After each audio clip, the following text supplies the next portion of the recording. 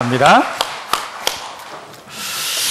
오늘 저는 골로새서 3장 18절로 4장 1절 말씀 속에서 나에게 주어진 질서라는 제목으로 말씀을 함께 나눠보고자 합니다.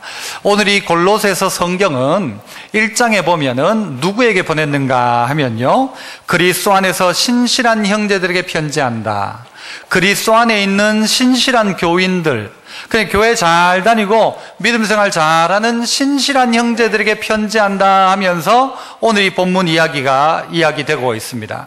아내는 이렇게 해라, 남편은 이렇게 해라, 부모는 이렇게 해라, 또 자식은 이렇게 해라, 종은 이렇게 해라, 또 상제는 이렇게 해라, 내용을 우리에게 가르쳐주고 있습니다. 최근에 철학자들도 그렇고 또 사회주의 운동을 하는 사람도 그렇고 이들을 보면 해체라는 말을 많이 씁니다. 가정의 관계도 해체해야 된다. 부모와 자식의 관계도 이 계급의 관계와 같다. 그 스승과 이 제자의 관계도 이 계급적인 관계다. 이것이 평등해져야 된다라고 하면서 인권이란 말을 가지고 이런 이야기들을 종종 합니다. 동성애의 문제를 가지고도 자기의 성적인 정체성도 이게 우리를 억압한다. 남자라는 것이 또 여자라는 것이 자기가 원하는 대로 하면 된다라고 하면서 해체를 이야기합니다. 그래서 많은 부분에 이런 일들이 일어나고 있는 것도 사실입니다. 그래서 아이들이 부모를 고발하기도 하고 학생이 선생님의 가르침을 거부하기도 하고 이런 일들이 있죠. 군대에서도 상관의 말을 복종하지 않습니다. 이런 일들이 있는 이런 상황 속에서 우리가 오늘 이 성경을 보면 성경도 좀 고리타분한 이야기가 많다. 요즘 세상이 어떤 세상인데 이런 이야기를 하고 있느냐, 옛날 이야기다라고 생각할지 모를 것입니다. 먼저 우리에게 주어지는 말, 오늘 18절 말부터 우리에게 그런 거부감이 있을 겁니다. 여자분들이 한번 18절을 한번 읽어보시죠. 18절 시작.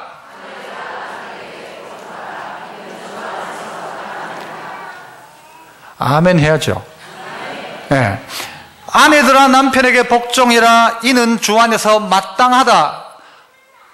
아멘 맞아요? 여자분들 진짜 아멘 맞아요? 오늘 지금 한판 싸우고 왔는데 뭐가 복종도 할 만해야 복종을 하지. 남편이 뭐 되는 말을 해야 복종을 하지. 그런 전제 조건이 없습니다. 아내들아 남편에게 복종해라. 어떤 아내입니까? 신실한 형제들인 신실한 교인들에게 이야기하고 있습니다. 신앙생활 잘한다고 하는 교인들에게 이야기하고 있습니다. 너희에게 편지하는데 아내들아 남편에게 복종해라. 이는 주 안에서 마땅한 것이다. 2부 때는요 이렇게 이야기하니까 저쪽에 있던 남자분이 막 박수를 치더라고요. 제가 깜짝 놀랐어요. 여자들이 치는 게 아니고 남자들이 박수를 쳐요. 19절도 읽어볼까요? 그렇다면 남자들이 읽어봅시다. 시작. 여자는 읽지 말고 남편들만 시작.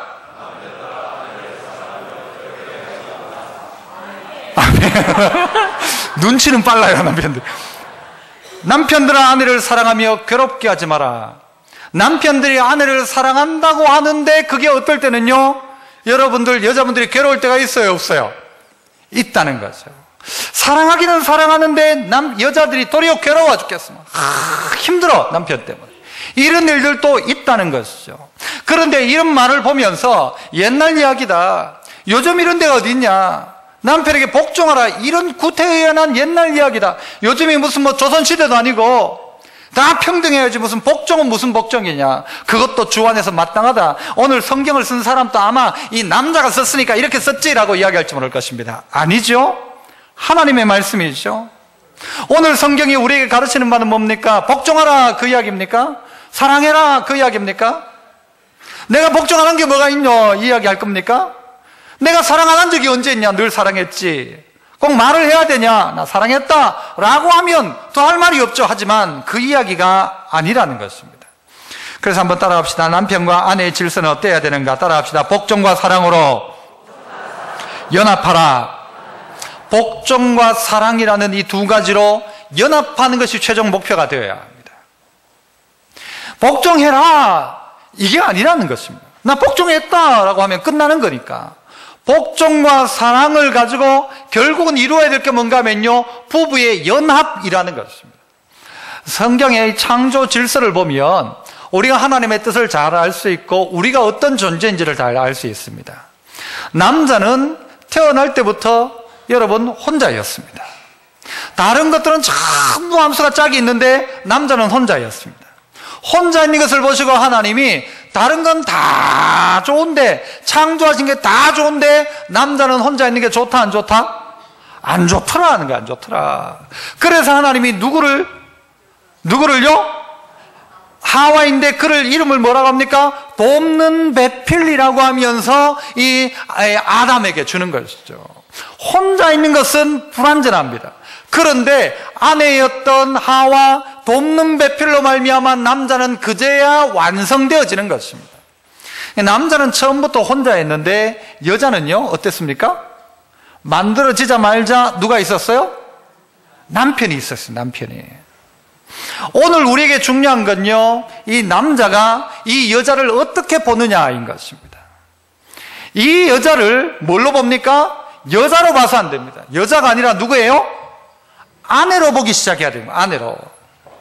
이 아내가 누구의 며느리로 보면 안 된다는 것입니다. 이 아내가 내하고 결혼하는 순간 누구 집 며느리가 되고 우리 집 가문의 며느리가 되는 게 아니라 나의 아내라는 것을 알아야 하는데 아내라고 인정하지 않는 것입니다. 누구 집 며느리로 생각하는 거예요. 남편이 아내를 아내로 인정해 주어야 합니다. 누구 엄마로 해서도 안 됩니다. 누구 엄마. 자기 아내를 이렇게 부르는 사람 있죠. 누구 엄마? 재승이 엄마. 재승아. 알아요, 이게 내가 누군지. 그 아내는 아내여야 하지, 아내가 누구 엄마가 되는 순간 아내가 사라지는 것입니다. 남편과 아내는 둘이 연합해야 합니다. 연합하는 방법이 아들과 시어머니 때문이 아니라 남편과 아내로서 연합을 해야 하는 것입니다. 이 연합이 먼저라는 것입니다. 그래서 부모를 떠나라고 했죠. 떠나는 이유가 뭡니까? 완전한 연합을 위해서입니다. 남자는 혼자 있었기 때문에 처음부터. 남자는 혼자 있는 것을 좋아해요? 안 좋아해요? 아니, 나는 안 좋아하는데요 하는 사람도 있을지 모르지만 기본적으로 남자는 혼자 있는 것을 충분히 감당해요. 그런데 여자는요 혼자 있는 게 너무 힘들어요. 여자의 만족은 어디서 오는가 하면요 관계에서 옵니다. 정서적인 만족이 있어야 돼요. 남자는 아무것도 없어도 자기가 무슨 일을 하고 뭔가를 만들어내는 데서 만족할 수 있지만 여자는 혼자 있으면 안 돼요. 원래 처음부터 혼자 있는 것을 해본 적이 없기 때문에 그래요. 그래서 우리 중고등학교 아이들 중에 중학교 아이들도요 이 마약 같은 게 있대요. 중학교 아이들의 마약은 뭔가? 관계예요. 관계. 대화하는 거. 그래서 누구하고 막 이야기하고 누구하고 친하고 정신 나간 애들 있죠. 중학교 애들 중에. 지금 또 그래요. 여자애들은 그렇다는 거예요. 거기에 만족을 느끼고요 그게 마치 마약처럼 느껴진답니다. 거기에 행복을 느끼는. 애들 밤새도 카톡하고 하잖아요. 입을 뒤집어 쓰고도 그렇게 한다는 거예요. 그렇게 만들어져 있다는 것이죠. 다르다는 것입니다. 남자는 만들어질 때 흙으로 만들어졌지만 여자는 뭘로 만들었어요? 뼈로 만들었죠. 어떤 뼈로 만들었나요? 제가 만약 하나님이었다면 저는 여자를 만들 때 새끼발가락 뼈로 만들었을 것 같아요. 여자를 뭐처럼 보기 위해서? 발가락, 때처럼. 그렇게 본 사람 있죠? 아주 잘못된 것이죠. 여자를 만들 때 머리뼈를 뽑아가지고 만든 게 아니에요. 여자가 머리 노릇하는 것도 아니란 말이에요. 하나님 어떻게 만들었어요? 하나님 참 지혜로웠어요. 갈비뼈 하나를 빼가지고 여자를 만들었단 말이죠. 이 여자의 만족은 어디서 오는가 하면 원래 자기의 갈비뼈를 찾는 데서 만족이 온답니다. 남자는 언제 행복하냐? 하나님께서 남자가 외로워할 때 친구 10명을 만들어줬습니까? 아담 1, 2, 3, 4 막 만들었습니까? 친구들 아니에요. 누구를 만들었어요? 아내를 만들었다는 것입니다. 돕는 배필을 통해서 남자의 외로움은 완성되어지는, 만족으로 바뀌어지는 것이죠. 여러분, 이 사실을 놓치지 말아야 합니다. 남자와 여자가 다르다는 사실이죠. 그런데 이 다른 존재가 어떻게 연합할 수 있는가? 어떻게 해요? 뼈는 뼈의 자리를 찾아가는 것입니다. 그 뼈가 올 때 꼭 안아주는 것입니다. 이게 여러분 연합이라는 것입니다. 자기 자리 찾는 것이죠. 한 몸이라고 이야기하는 것이죠. 그래서 남자는 어떻게 하라고 합니까? 아내를 사랑하라 이야기합니다. 아내는 어떻게 하라고 했어요? 복종하라 했어요. 이것은 여러분 잘 아셔야 될 것이 18절은 누가 읽어야 돼요? 성경 보세요. 18절은 누가 읽어야 돼요? 아내들이 읽어야 되는데 아내가 읽어야 될 성경 구절을 어떻게 해요? 이거 봤나? 라고 하죠. 28절 봤나 이거? 예? 아내가 읽어야 되는데 남편이 아내 보고 이야기하는 거야. 아내들아 뭐라고 했나? 딱 읽어봐라. 남편에게 어떻게 하라고? 따라해. 복 좀 따라해라. 성경 똑바로 봐라. 오늘 목사님 설교 잘하더라 그래. 복 좀. 아내들은 뭐라고 합니까? 19절은 없나? 19절에서 봐라. 남편들 어떻게 해? 아내를 사랑하며 괴롭게 하지 마. 내가 할 소리다. 내가 할 소리. 좀 괴롭게 하지 마라. 남편이 아내를 괴롭게 해요 안 해요? 안 하는가? 이분은 많이 하시던데. 괴롭게 하더라는 것이죠. 그래서 성경은요 우리에게 진짜 진리를 가르쳐주고 있습니다. 베드로전서 3장 7절에 보니까 남편들아 이와 같이 한번 성경 한번 띄워줄까요? 남편들아 이와 같이 지식을 따라 너희 아내와 동거하라 그렇게 합니다. 남편들아 이와 같이 지식을 따라 너희 아내와 동거하고 그를 더 연약한 그릇이요 또 생명의 은혜를 함께 이어받을 자로 하라. 귀히 여겨라. 그래야 너희 기도가 어떻게 안 된다? 막히지 않는다. 네 기도가 안 막힌다. 기도가 안 막힌다는 말은 뭘까요? 여러분이 원하는 게 된단 말이에요. 남편들이 뭐 하고 싶으면 먼저 어떻게 해요? 가정 안에 연합이 이루어져야 되어진다. 돈 많이 벌고 싶다 그러면 가정 안에 먼저 연합이 되어진 뒤에 벌어야 마땅하다는 거예요. 그러기 위해서 해야 될 게 뭔가 하면요 남편들아 이와 같이 어떻게 하래요? 지식을 따라 너희 아내와 동거하라 그럽니다. 지식을 따라. 그 여자에 대해서 어떻게 하란 말이에요? 공부하란 말이죠. 그래서 한번 따라합시다. 남자들만 따라합시다. 여자는 그 소리 제대로 따라해보세요. 여자는 연구 대상이다. 여자는 연구 대상이에요. 연구 대상이에요. 연구 대상이란 말은 그냥 모른다는 말이에요. 그냥 동거하면 살다가 보면 뭐 되지 뭐 아니란 말이죠. 지식을 따라 동거해라. 지식을 가지고 배워야 된다는 것이죠. 저희 집에 어릴 때 세탁기가 들어왔습니다. 저희 어머니가 누구에게 아버지 몰래 돈을 빌려줬는데 그분이 돈이 없으니까 자기 집에 있던 뭐 세탁기 중에 2대를 우리 집에 보냈어요. 그때 세탁기는 다른 거 할 게 없어요. 빨래 집어넣고 이렇게 15분 이 다이얼만 돌려놓으면 지가 막 15분 동안 도는 거예요. 그러면 꺼내가지고 옆에 탈수통에 넣고 그렇게 했었어요. 아주 편했어요. 지금 세탁기는 어떻게 해요? 제 같은 경우에 이래 해야 돼요. 이래 해가지고 설명서 보고 알아야 해야 돼요. 헷갈려요. 마치 남자는 뭐와 같은가 하면요 다이얼만 돌리면 되는 구형 세탁기고요 여자들은 복잡해요. 이거는 몰라요. 그냥 누른다고 되는 게 아니에요. 설명서를 봐야 알아요. 복잡해요. 20년 살아도 몰라요. 그러니까 어떻게 하란 말이에요? 지식을 따라 연구해라. 공부해라. 네 아내는 너의 연구 대상이다. 그렇게 해야 된다는 거예요. 아니면 제 아내가 제 보고도 가끔 하는 말이에요. 당신 방식으로 사랑하지 마라. 무슨 방식이 있는데 그럼? 잘 모르죠. 그런데 어떻게 해요? 그 여자를 아내를 지식을 따라 아내와 동거해라. 지식을 따라 아내와 동거하고 그 아내는 연약한 그릇이다. 함부로 대하지 말라는 것이죠. 또 은혜를 함께 이어받을 자라라. 귀히 여겨라. 그래야 네 기도가 안 막힌다. 네 기도가 안 막힌다. 만약 제가 어젯밤에 제 아내와 태판 싸웠다면 오늘 설교를 제대로 할 수 있을까요? 없을까요? 제 아내가 뒤에서 앉아가지고 기침만 뒤에 하면 당신 말 틀렸다 이렇게 될 거 아니에요. 그렇죠? 사실 그렇다는 것입니다. 기도가 막히지 않기 위해서 연구해라. 어떻게 아내를 사랑하는데도 불구하고 사랑한다는 아내가 괴롭다는 거예요. 내 방식으로 사랑했는데 아내는 괴롭다는 거예요. 남편들아 아내를 괴롭히지 말라는 거죠. 사랑하되 괴롭게 하지 말아라. 아내들아 남편에게 복종해라. 이것은 주 안에서 마땅한 것이다. 그래서 남편이 뭐가 돼야 되는가 하면 내 편이 돼야 돼요. 남편이 내 편 돼야 돼요. 남의 편만 들어요. 남자들은 뭘 하는가 하면 판단을 잘해요. 둘이가 어디 자기 아내가 옆집 사람하고 싸웠는 걸 가지고 와가지고 이렇고 저렇고 이야기하면 남편들은 뭐라고 합니까? 자 듣다가 네가 더 잘못했다. 네가 그 판단한다는 거예요. 그런데 여자가 듣고 싶은 건 아내가 듣고 싶은 건 누가 잘했냐 판사질 하지 말고 내 마음을 좀 알아줬으면 좋겠다는 것이죠. 제가 제 아내 보기가 민망합니다. 당신이 나 잘하세요 이럴 것 같아서. 하지만 우리 모두가 그렇다는 거죠. 이게 사실이고요. 이것이 남자의 약점이기도 하다는 것입니다. 이해하지 못하는 거예요. 그러니까 지식을 따라 아내와 동거해라. 지식을 좀 가져라. 배우려는 마음을 가지고 약한 그릇, 연약한 그릇이기에 더 연약하게 여기고 귀히 여겨라. 물론 연약하지 않은 분도 꽤 많이 있습니다만은, 그러나 아내를 그렇게 여기라는 것입니다. 그래서 아내와 살아갈 때요, 거울대기 이런 이야기가 있어요. 거울처럼 해라. 가만히 쳐다보면, 묵묵히 바라봐주면 언젠가 본인이 고친다는 거예요. 뭔가를 고치려고 노력하지 말고 거울 앞에 서면 자기 옷 매무새를 고치는 거예요. 자기 화장을 자기가 고치는 것처럼 묵묵히 거울처럼 바라봐주는, 그리고 인정해주는 것이죠. 그리고 그랬구나.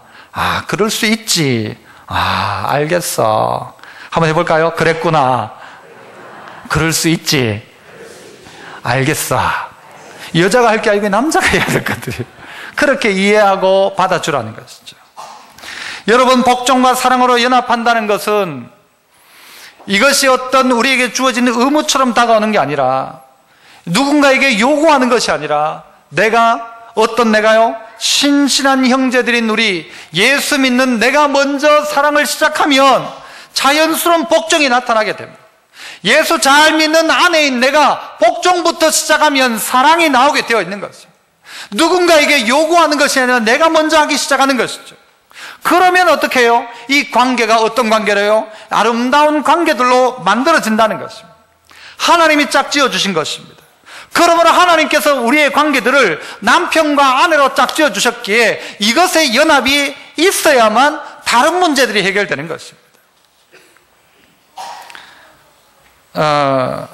우리는 종종 살아가면서 자기 아내를 탓할 때도 있습니다. 이제 우리 자녀의 문제로 이제 넘어가서 이야기해 보자면 그런 것이죠. 남편이 아내 보고 뭐라고 하는가 하면, 허구한 날 집구석에서 애 하나 제대로 못 키우고 뭐하냐? 나는 돈 벌어 가는데 말이야, 집에서 있으면서 애 하나 못 키우냐 하면 아내들이 그렇죠. 그러면 당신이 키워봐라. 쉬운 일이 아니죠. 이 아내가 또 뭐라고 대답하는가 하면 그렇게 이야기하니까, 그래, 시어머니가 애지중지 키운 당신은 왜 이 모양이냐? 당신 어머니가 그렇게 애지중지 당신 키웠는데 당신은 왜 이 모양이냐? 그래서 아내가 이렇게 이야기해요. 시어머니가 키운 아들보다 내가 키운 아들이 훨씬 낫다. 누가 나아요, 여러분? 시어머니가 키운 아들이 낫습니까? 내가 키운 아들이 낫습니까? 내가 키운 애가 낫다는 거예요. 탓하기 시작하는 순간 문제들은 해결되지 않습니다. 가정관계의 제일 처음을 오늘 성경은 뭘 이야기하는가? 아내와 남편 이야기부터 하는 것입니다. 이게 회복되면요, 문제가 다 해결됩니다. 부모 공경, 아내와 남편이 연합하면요, 안 하라 해도 합니다. 아내와 남편의 연합이 있으면 자녀 교육, 이거는 자연스럽게 되어지는 것입니다.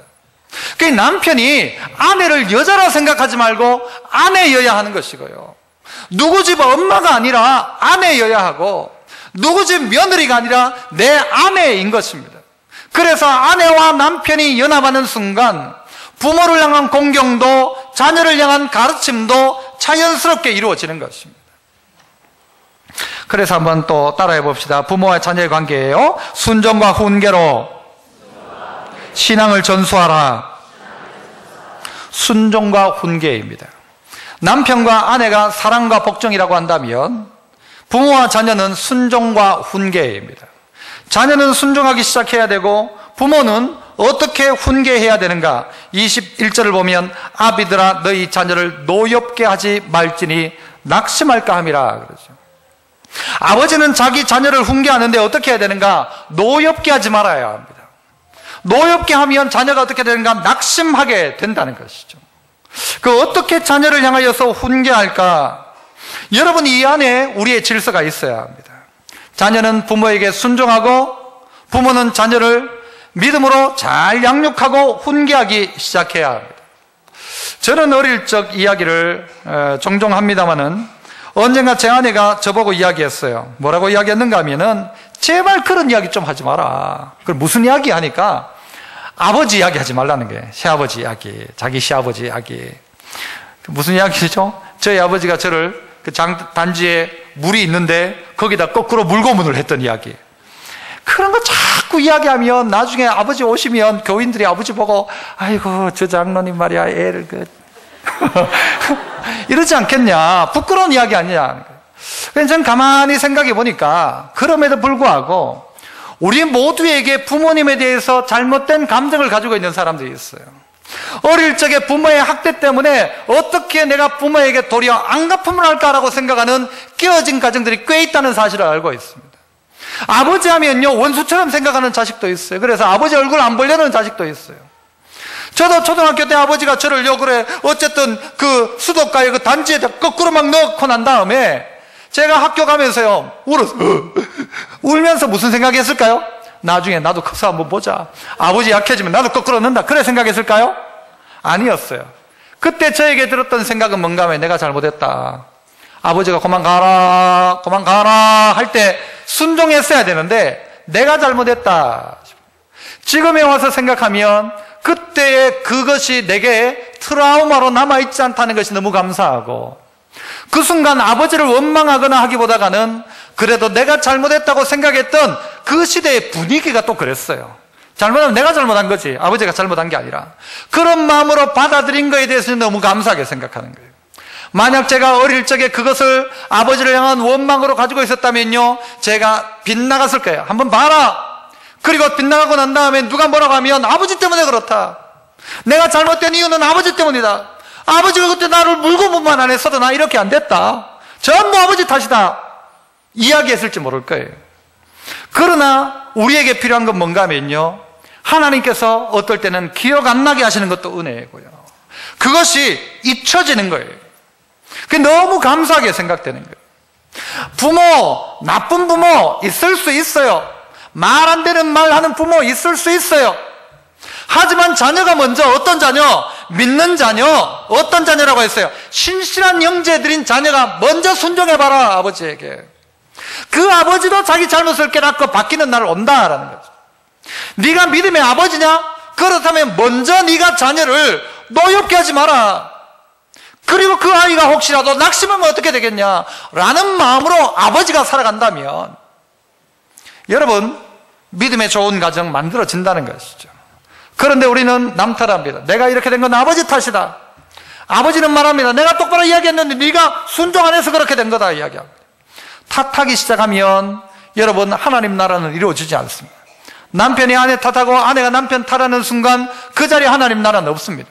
아버지가 자식 탓하고 자식이 아버지 탓하는 순간 여러분 결국은요 누구한테 우리가 하소연 할 거예요? 하나님한테 해야지. 왜 하나님이 이런 아내를 주셨습니까? 왜 이런 남편을 주셨습니까? 내가 이 집에 태어나려고 태어났습니까? 태어나 보니까 경주희 씨가 아무리 태어난 걸 어떻게 해 내가? 누가 보내준 거예요? 하나님이 지어준 질서라는 것입니다. 부모와 자식의 관계 하나님이 지어준 거죠. 남편과 아내 하나님이 짝 지어줬다고 이야기했어요. 이 관계를 기억해야 합니다. 그 남편과 아내는 연합해야 되고 부모와 자식은 순종과 양육이 있어야 돼요. 훈계가 있어야 하는 것입니다. 삼성경제연구소에서 조사한 바에 따르면 2100년도가 되면 한민족의 인구가 지금의 절반 또 안 되는 2천만 명이라고 합니다. 2100년이 되면 2천만 명이랍니다. 여기 2100년까지 사실 분 좀 없습니까? 그때 되면요 여러분 집 걱정 안 해도 됩니다. 남아도는 게 집입니다. 인구가 반으로 줄어요. 반 밑으로 줄어요. 2500년이 되면 우리나라 인구가 지금 이대로 가면 2500년이 되면 33만 명이 된답니다. 중소도시밖에 안 돼요. 우리나라 인구가 33만 명만 남는데요. 그래서 제일 먼저 지구상에서 사라질 나라 1등이 어느 나라래요? 대한민국이 사라진대요. 이대로 가면 2명이 결혼했으면 2명을 놓으면 그대로 가는 거예요. 2명이 결혼했는데 1명밖에 안 나. 그러면 반씩 줄어가는 거죠. 금방 줄어가는 것이죠. 결혼을 안 한다 뿐입니까? 여러분 CIA 월드 팩트북이라는 것에서 보면 CIA가 조사했는데요 한국 출산율이 1.19명인데 224개국 중에서 220등이라고 합니다. 아이 안 낳는 숫자로 따지니까요 220등, 220등. 왜 안 낳는가 봤더니요, 여러분 뭐 자녀 수당 주면 애 낳겠습니까? 여러분 한 100만 원씩 주면 애 낳겠다 있습니까? 여기 한 100만 원 주면 나 지금이라도 애 하나 낳고 싶다 있나요? 돈 줘가지고 이게 뭐 출산율이 높아질 리가 없습니다. 돈 줘가지고 안 되면 그냥 돈 주고 그냥 돈 주는 거고, 애 낳을 사람은 낳고 안 낳을 사람은 돈 줘도 안 낳을 사람은 안 낳아요. 왜 안 낳는가? 그 중에 한 이유가요, 자기 스스로가 가정 안에서 한 번도 행복함을 느껴본 적이 없는 거예요. 어떤 생각이 드는가 하면, 내 같은 어려움, 내 같은 힘든 일, 나 같은 자식을 또 낳고 싶은 마음이 없다는 사람이 있다는 거예요. 우리 집에서 내가 얼마나 고생을 했는데, 아버지 때문에 고생하고, 내 같은 자식 낳으면 이건 또 고생할 것 뻔하니까 안 낳겠다는 거예요. 내 같은 자식 낳기 싫다는 거죠. 나도 한 번도 행복해 본 적이 없으니까 자식 낳으면 뭐 하냐는 것이죠. 여러분 정말 그런 것입니까? 부부의 가장 큰 축복, 그리고 부부의 가장 큰 사명은 뭔가 하면 하나님의 형상을 닮은 자녀를 출산하는 것입니다. 그래서 하나님이 우리에게 출산하도록 하신 거예요. 그래서 여러분, 남자와 여자가 좀 다른데요, 여자분은 이 사랑이라는 이 호르몬이 결혼할 때쯤 되면 이게 핑크 렌즈라고 합니다. 눈에 콩깍지가 낀다고 하죠. 결혼할 때쯤 되면 그 남자밖에 안 보여요. 그 남자만 보여요. 그리고 뭐 그 남자가 무슨 뭐 실수를 해도 뭐 약점이 있어도 다 좋게 보여. 막 온전히 그 남자만 좋아해, 사랑하는데 시간이 조금 지나면 호르몬에 항체가 생긴다고 하죠. 항체가 생기면 그때 언제쯤인가 하면 그게 아기 임신을 하게 되면 그때부터는요, 남자는 거들떠 보이지도 않기 시작한대. 그리고 누구에게 이 사랑이 가요? 자식에게 가기 시작하는 거예요. 그 남편은 귀찮고 이제 애에게만 전적인 사랑을 베풀기 시작하는 거예요. 애 다 키우고 나면 어떻게 될까요? 이제 이 여자분들은요, 남편도 필요 없고 애도 필요 없고 친구밖에 없어. 그래가지고 여자들끼리 뭐 연식당 가고 뭐 여책식당 가고, 해외여행 또요 여자들끼리 모여가지고 해외여행 가요. 남편 없어. 제일 좋은 게 친구래. 그렇죠. 그런데 여러분 기억해야 합니다. 오늘 우리에게 주어진, 하나님이 그렇게 바꾸어가면서 우리에게 주는 바는 뭔가 하면요, 자녀입니다. 결국은 가정에 부모로서 우리를 세웠다면 이제는 해야 될 게 뭐예요? 부부가 연합을 했다면 그 뒤에는 출산입니다. 이걸 통해서 어떻게 해요? 믿음의 후손들을 만들어가야 한다는 것입니다. 한번 따라서 한번 해봅시다. 나처럼 할 것이다. 누가요? 내 자식 내처럼 할 것이다 생각하면 돼요. 여러분 이게 욕입니까? 아니면 축복입니까? 당신 자식도 당신처럼 될 기다. 그럼 어떻게 받아들이세요, 여러분? 당신 딸도 당신처럼 될 기다. 욕입니까? 축복입니까? 여러분 어떻게 느껴지세요? 네 딸도 네 딸처럼 될 거다. 네 딸도 네처럼 될 거다. 복이에요, 저주예요? 네 아들도 꼭 네처럼 될 거다. 복이에요, 저주예요? 이게 복이 되어야 한단 말이죠. 복이 되어야죠. 그런데 이게 누군가에겐 저주처럼 느껴지는데 왜 자식을 낳겠어요? 오늘 우리 가정 안에서 아름다운 본의 시작은 뭐부터인가 하면 부부부터예요. 부부부터. 이게 여자가 아니라, 누구의 엄마가 아니라, 누구의 며느리가 아니라 뭐가 되어야 된다고요? 아내가 되어야 된다는 거예요. 남편과 아내가 좋은 연합을 하기 시작하면 거기에서 자녀들이 꿈꾸는 거예요. 나도 자라서 이런 가정 만들고 싶은 거예요. 나도 엄마처럼 좋은 남편 만나야 되겠다. 나도 아빠 같은 사람 만나야 되겠다. 나도 엄마 같은 사람 만나야 되겠다. 이런 가정의 아름다운 꿈들을 꾸는 거예요. 그런데 그 꿈을 꾸지 못하니까 만나지 않죠. 결혼하지 않죠. 결혼해도 1.19명이죠. 그러니까 나라가 소망이 없어지는 것이죠. 또한 부모를 향한 순종도 똑같습니다. 디모데전서 5장 4절에 보면요, 부모에게 보답하기를 배우게 해라 가르칩니다. 부모에게 보답하는 것을 배우게 해라. 이것은 하나님 앞에서 받으실 만한 것이다. 여러분 이 구절을요 어디 가면 볼 수 있는가 하면요, 안나의 방에 가면요 성경 그걸 붙여놨어요. 옛날에 제가 설교했던 것 같아요. 이걸 붙여가지고는요 안나의 방에다가 부모에게 보답하기를 배우게 해라. 이것은 하나님 앞에 받으실 만한 것이다. 디모데전서 5장 4절을 그래 붙여놨어요. 부모에게 보답하는 것을 배우게 해라. 가르쳐줘야 된다는 것이죠. 가르쳐야 됩니다. 안 가르치면 모릅니다. 제가 어버이날 될 때쯤마다 부르는 노래 하나가 있죠. 무슨 노래 부릅니까? 나 실제 괴로움, 이 노래 부릅니까? 아니죠. 무슨 노래 불렀어요? 어머니는 짜장면이 싫다고 하셨어. 늘 어버이날 때마다 제가 불렀어요. 어머니는 짜장면이 싫다고 하셨어. 제 아들의 핸드폰에는 뭐라고 어머니가 저장되어 있는가 하면요, 어머니는 짜장면이 좋다고 하셨어. 내 것도 다 뺏어 먹었어. 그게 맞아요. 어머니는 짜장면 싫다가 아니라 어머니 짜장면 좋아하신다가 맞아요. 어머니 뭘 좋아하시는지 아무도 몰라. 우리 어머니는 식은 밥에 이렇게 냉수에 물 말아 먹고 그냥 고추장하고 이것만 있으면 돼. 누가 그래요?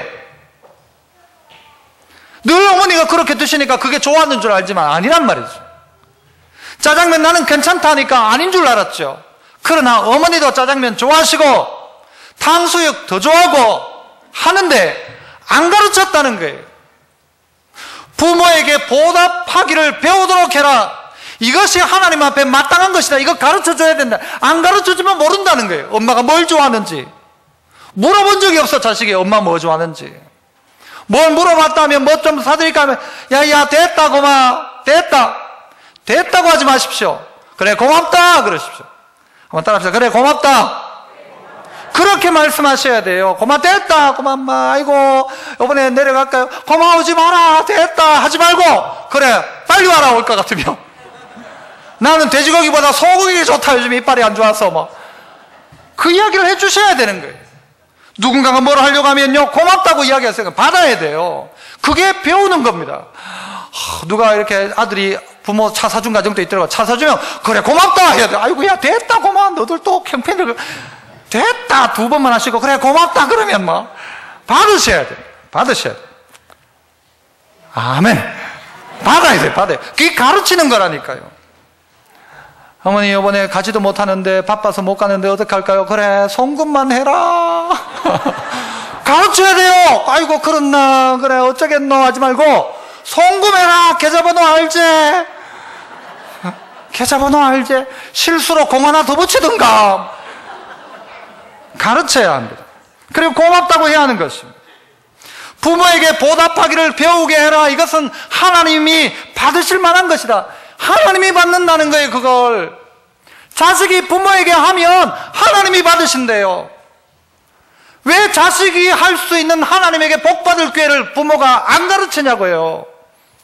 하지 마라 됐다, 오지 마라 됐다 하지 말고 할 거 하라고 가르쳐야 하는 것입니다. 이걸 가르치지 않고 나중에는요 섭섭해하는 거예요. 하나 한번 보자 했는데 안 했어. 그러면 섭섭해가지고 막 자식들 헛키웠다. 가르치면 된다니까요. 나는 이번 생일에 필요한 건 넥타이가 필요하다 이야기하시고, 나는 벨트가 다 됐네 이야기하시고, 야야 스키니 다 됐다 하나 사봐라 하시고, 요즘 딸기가 맛있다며 이야기하시고 말씀하십시오. 말씀하셔야 합니다.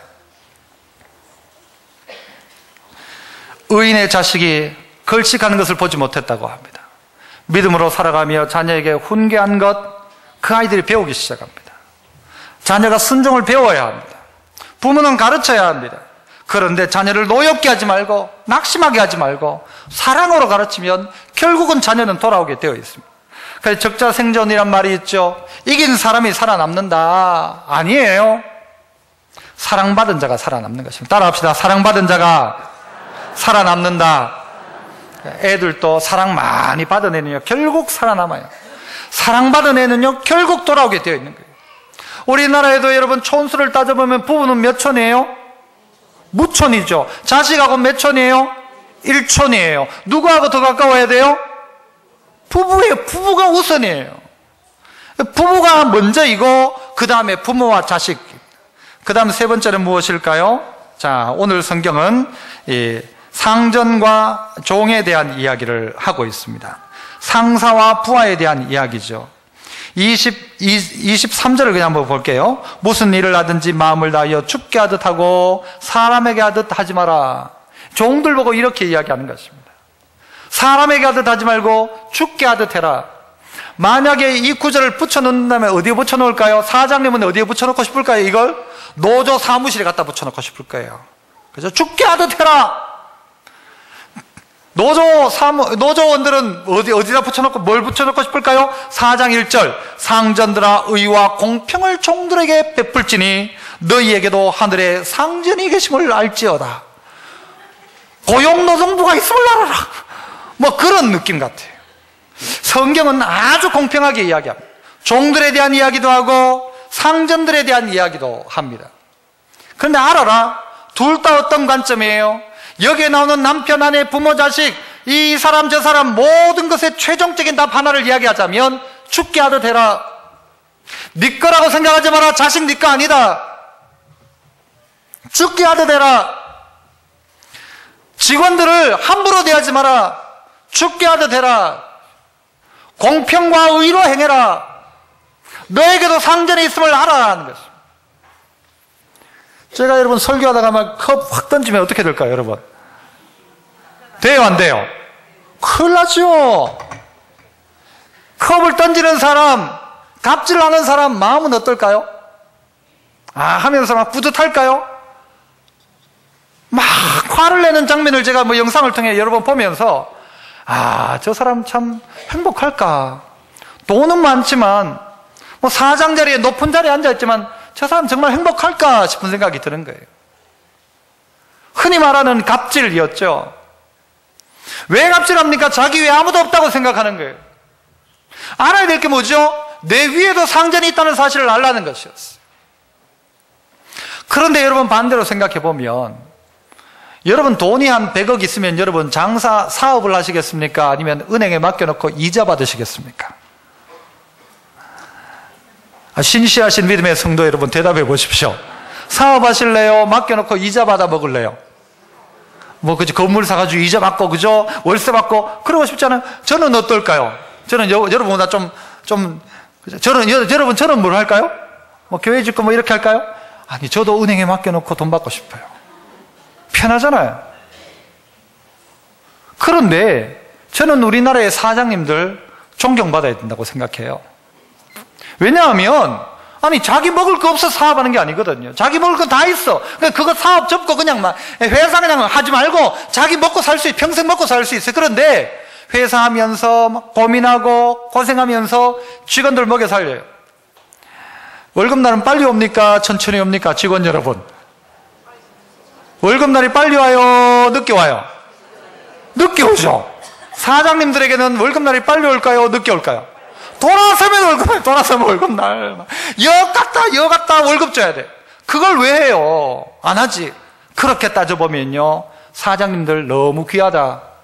올해는 사장님들 전부 나쁜 사장님 만들어가지고 문제인데 사장님이 있어야 되죠. 그렇다면 예수 믿는 신실한 형제들인 너희는 너희 사장님에게 어떻게 하면 좋겠냐? 죽게 하듯 하라는 것이죠.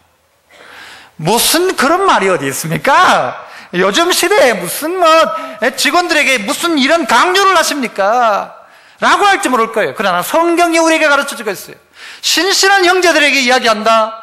너희가 직원으로 있다면 너희 사장님에게 대해서 죽게 하듯 해라. 눈 가림만 하고 월급 받으려고 하지 말고 주님께 하듯 그렇게 좀 해라. 이게 믿는 신실한 형제가 해야 될 삶의 질서란 거예요. 자기가 직원이면 그렇게 해야 된단 말이에요. 그런데 늘 파업하고 늘 못하겠다고 하고 못해먹겠다고 하고 월급은 다 받아가고, 잘못된 건 아닙니까? 똑같이 사장님들 어떻게 해야 돼요? 갑질하면 안 됩니다. 내 위에는 상전이 있다. 나도 언젠가 갑이 을되고 을이 갑될 날이 온다고 제가 지난번에 설교했잖아요. 함부로 하면 안 된다는 것이죠. 의와 공평으로 종들에게 베풀어라. 왜? 너도 하늘에 상전이 있으니까 그렇게 해야 된다는 것이죠. 함부로 하면 안 된다는 것입니다. 저도 저희 부교육자분들에게 함부로 하면 안 됩니다. 나중에 어떤 일 어떻게 당할지 어떻게 알아요? 나중에 제가 은퇴해가지고 아이고 밥 한 끼 사주세요. 내한테 옛날에 어쩐지 모릅니까? 그러면 어떻게 해요? 안 되죠. 상황은 바뀝니다. 여러분도 나이 먹는 날 오고요. 여러분도 을이 될 날이 오는 것입니다. 하나님의 질서는 우리가 만든 게 아닙니다. 아버지와 자식 내가 만들었습니까? 내가 그 집 경주희 씨 아들 하려고 내가 신청했습니까? 하나님이 그냥 경주희 씨 집안에 그냥 툭 떨어뜨려 놓으니까 태어나보니 경주희 씨인데 어떻게 해요? 하나님의 질서란 말이죠. 하나님이 짝지어 주셨잖아요. 내가 수많은 정수기, 희수기, 말수기 있지만 정수기를 하나님이 짝지어 주셨잖아요. 하나님이 주신 거예요. 나이 한 살도 하나님이 주신 질서란 말이죠. 아니 하나님이 먼저 태어나게 하셨으면 그게 질서죠. 그게 나이가 뭐냐, 나이가 뭐긴요, 나이가 계급이고요, 나이가 얼마나 중요한 건데요. 그런데 이걸 자꾸 무시하려고 하는 거예요. 한 살이라도 연장자면 하나님이 주신 질서예요. 질서 무시하지 말란 말이죠. 언니면 언니인 거예요. 집사님이기도 하지만 언니고 함부로 하지 마십시오. 또 그렇다고 또 뭐 함부로 한다고 뭐 마음 상처받지 마세요. 원래 형제 자매니까. 그러나 이런 질서가 다 무너지고 있으니까요, 무너지면 억수로 좋을 것 같은데 막상 안 좋더라는 거예요. 예전에도 한번 시킨 기억이 나는데 옆 사람 보고 자기보다 언니면 언니라고 하고 오빠면 오빠라고 하고 형님이면 형님이라고 하고 동생이면 동생이라고. 옆에 분 보고 해봅시다. 형님이면 형님, 언니면 언님. 시작. 언니야, 오빠야, 형님. 여러분, 이 질서가 아무것도 아닌 것 같아도요, 이 질서를 놓쳐버리니까 사회가 혼란스러워져 가는 거예요. 이 질서 하나만큼이라도 지키면요 질서가 만들어지고요, 그렇다고 잘못될 일 없어요. 그런데 다 해체하자는 거예요. 부모 자식 관계 해체하고, 남편과 아내도 자기 좋은 대로 하고, 부모 자식도 그렇고 사장하고 직원도 함부로 같이 가자, 니나 내나 똑같지, 아니란 말이죠. 질서는 있단 말이죠. 이 질서가 있어야 가정도 아름답고 남편과 아내도 그렇게 천국을 만들어가는 건데, 질서가 다 끼어지고 있는 거예요. 오늘 우리 누구에게 이야기하고 있습니까? 신실한 형제에게 편지한다고 이야기했어요. 신실한 형제에게. 예수는 잘 믿는데, 믿음 좋은 장로님, 집사님이라고 하는데 그 집에서는 믿음의 아버지가 못 되는 거예요. 교회에서 믿음 좋은 권사님인데, 신실한 권사님인데, 남편 보기는요, 남편은 마귀처럼 보는 거예요. 남편 말을 안 들어. 남편을 함부로 대해 안 된다는 것입니다. 믿음 좋은 남편인데 자기 아내를 함부로 대해 힘들게 만들어요. 자기 아내를 괴롭게 해. 믿음 좋은 사람 아니에요. 신실한 형제들에게 편지하는데, 아내들은 남편에게 복종해라. 남편은 아내 사랑하고 괴롭게 하지 마라. 부모는 자기 아들, 자식을 믿음으로 잘 양육해라. 자식이면 당연히 부모에게 순종해라. 사장은 상전이 있다고 생각해라. 부하는 죽게 하듯 해라. 눈가림만 하지 마라. 이 질서였던 것입니다. 오늘 가정의 주의를 만드는 이때에 나부터 시작하는 것이죠. 자기 남편 보고 이야기하지 말고, 남편들아 하지 말고, 남편들아 하면 내보고 하는 소리로 알고 내게 주시는 말씀으로 내가 시작하면 되는 거예요. 남편이 사랑 먼저 하면 돼요. 신실한 아내가 있으면 아내가 먼저 복종하기 시작하면 되는 거예요. 그러면 바뀐다니까요. 자식이 순종 먼저 하면 돼. 믿는 자녀면, 믿는 자는 믿지 않는 부모라 할지라도 순종하기 시작하면 바뀌기 시작해요. 믿는 부모면 말 안 듣는 자식이라 할지라도 사랑으로 양육하기 시작하면 바뀐다는 것이죠. 오늘 하나님이 우리에게 주신 이런 귀한 질서 관계 속에서 죽게 하듯 함으로 말미암아 이 관계를 회복하는 믿음의 성도 되시기를 축복합니다. 기도하겠습니다. 은혜로우신 하나님 아버지, 우리에게 주신 가정과 또 부모와 자식, 남편과 아내의 관계 속에, 그리고 회사에서 상사와 또 부하 직원들 간의 관계 속에서 하나님의 뜻 이루어가는 저희들 다 되게 하여 주셔서 내가 있는 공동체가 아름다운 하나님 나라 만들어가는 저희들 되게 하여 주시옵소서. 예수님 이름으로 기도합나이다. 아멘.